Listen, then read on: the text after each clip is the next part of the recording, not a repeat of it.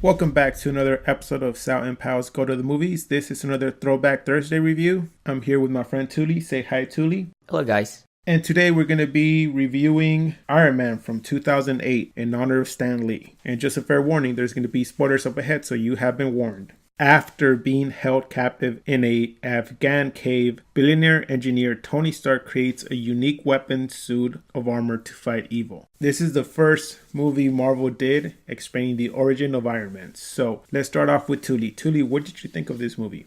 I loved it. First time I saw it, there were a lot of things that I thought was going quite well for the film. And, even after the fact too, going back to watch it again, I still felt like it served a great purpose in where the Marvel films stand today, because, correct me if I'm wrong, it was the first Marvel film in which there was an indication of the Avengers forming, right? Due to the post-credit scene with Nick Fury. You're right. Coming to Tony Stark and telling that there are other superheroes in the world and that he wants to start this initiative called the Avenger. So even if you were to look from that standpoint, a lot of the Marvel films that led up to the Avengers film or the Avengers series films, it started from this one. So I have to give this movie credit for that at the very least. Beyond that, just talking about what happened in the movie, I really liked Robert Downey Jr.'s role as Tony Stark here. I think he did a pretty good job in balancing out the comedy that is expected in a Marvel character, specifically in a character like Tony Stark, who is this very flamboyant, philanthropist type of character, who is rich, but sort of have that playboy sort of mentality as well. And I think they portrayed those aspects of Tony Stark's character, or Robert played to those characteristics pretty well. I think the first thing that he did when he got back from Afghanistan, Tony Stark that is, when he asked for a hamburger. I mean, that just pretty much hit home. It's like, you coming back to America and the first thing you want is a hamburger. And I think he specifically said he wanted a Whopper. Yeah, that just it just resonated with me.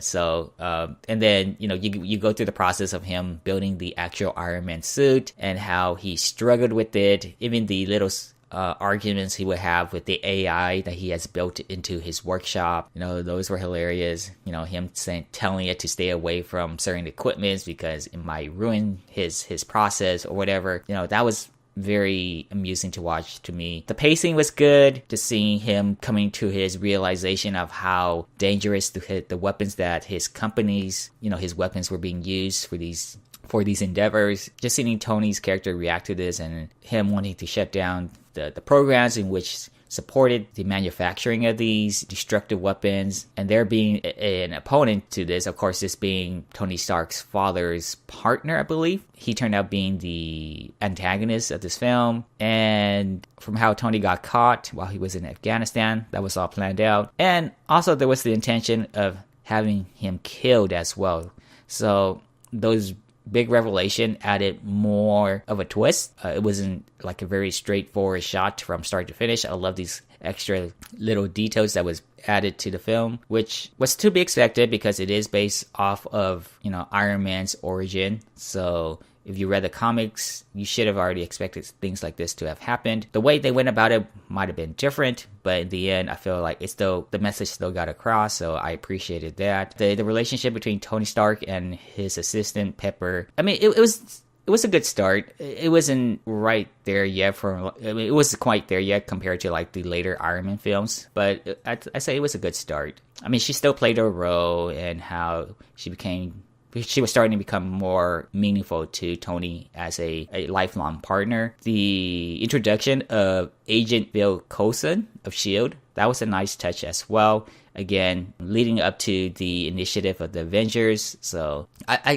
think the only thing that I could have probably asked a little bit more of was like action scenes. Again, this being the first film of Iron Man, I sort of saw it as an origin film, which had a lot of bright spots leading to just more Iron Man films and other Marvel characters having their spotlight in the film industry as well. Again, the pop culture references or just Tony's character itself just being very honest. I love those aspects. Even at the end where he was told not to reveal who his true identity was and he comes out saying that he was Iron Man. Even that speaks to Tony Stark's character. So yeah, there's not much for me to kind of look down upon. Again, like I said, if They could do something a little bit more to this film. I would have liked just a little more action to this film. But again, if you looked at it as an origin film, then I thought it was pretty good. Yeah, so to me, I feel the same way. My only con about this movie is the ending fight. It could have been better or more explosive, if but more realistic at the same time, because we see them both in suits and they still grab objects and try to hit each other with it. I'm like, guys, your suit is stronger than these things around you. It's like me grabbing a pillow and hitting someone, you know?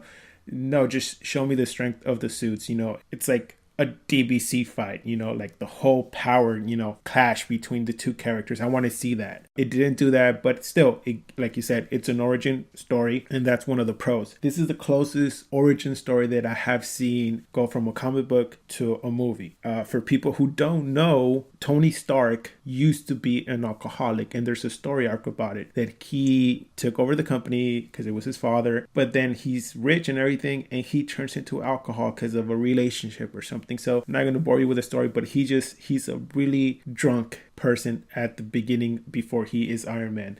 Then he slowly starts thinking about that, you know, all the stuff that he's doing, the weapons that he's selling, he's actually killing people, and that's on him. Give you that the suit that they showed is almost like the one that in the comic book. It's just a basic iron suit, and he walks around in it. It's one of the Easter eggs in it that comes from the comic. The next thing is, like, I have to give a shout out to the director, Jon Favreau. Amazing job. He did this one and the second one. He didn't do the third one, but that is a given because I didn't enjoy the third one.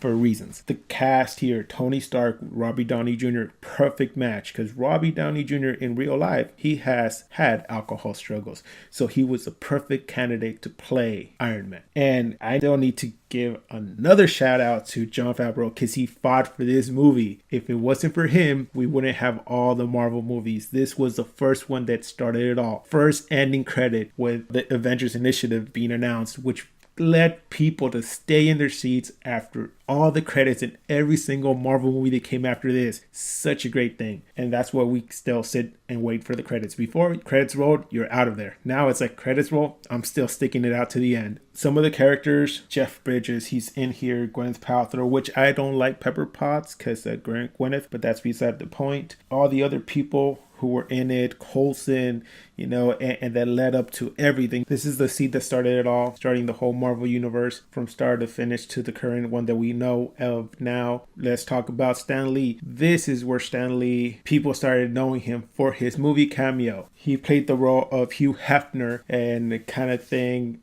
as Tony Stark was going up the stairs, and that was kind of amazing because this is the first time that we actually saw him in the movies. His first cameo, if people remember, is from 1989, and this is a movie made for TV series. It's called The Trial of the Incredible Hulk, which he plays a juror. But that was a movie for TV. We're talking about cameos from actual movies that were in theaters. So this is the first one that people saw him in, and they enjoyed it from there on, and it was an Easter egg that everybody looked forward to.